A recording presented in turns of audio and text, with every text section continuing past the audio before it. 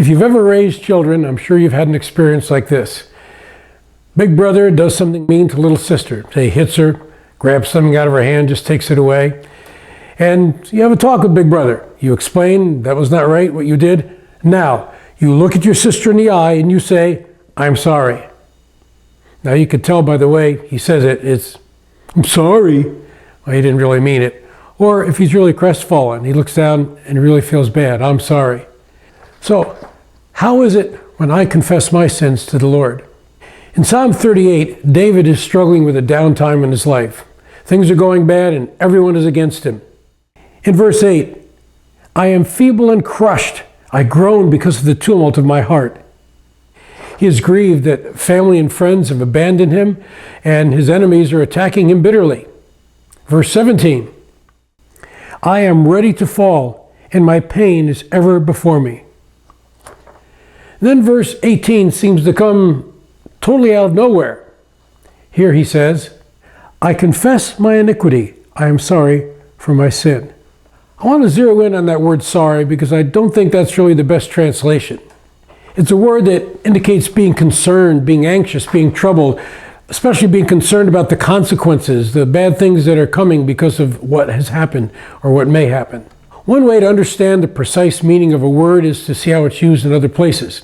This particular Hebrew word is used only 6 other times in the entire Old Testament. In 1 Samuel chapter 15, it's the word that's used when it talks about Saul's father being worried or anxious because he had sent Saul out to find some lost animals and he hasn't come back. He's worried that perhaps something bad has happened to him. In Isaiah 57, the prophet asks why the people are so afraid of idols rather than fearing the Lord their God. And 3 times in the book of Jeremiah, he speaks of being anxious regarding a coming drought or a coming famine, or one time about King Zedekiah being anxious or worried that his political enemies might do him harm. In each case, the word means an anxiety, a fear that something bad is going to happen as a result of the present circumstances.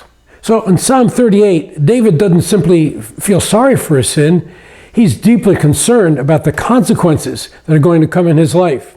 In other words, yeah, it's bad that his enemies are attacking him, his friends have abandoned him, but he's concerned that his own sin might bring harm upon his head. In other words, we can be our own worst enemy.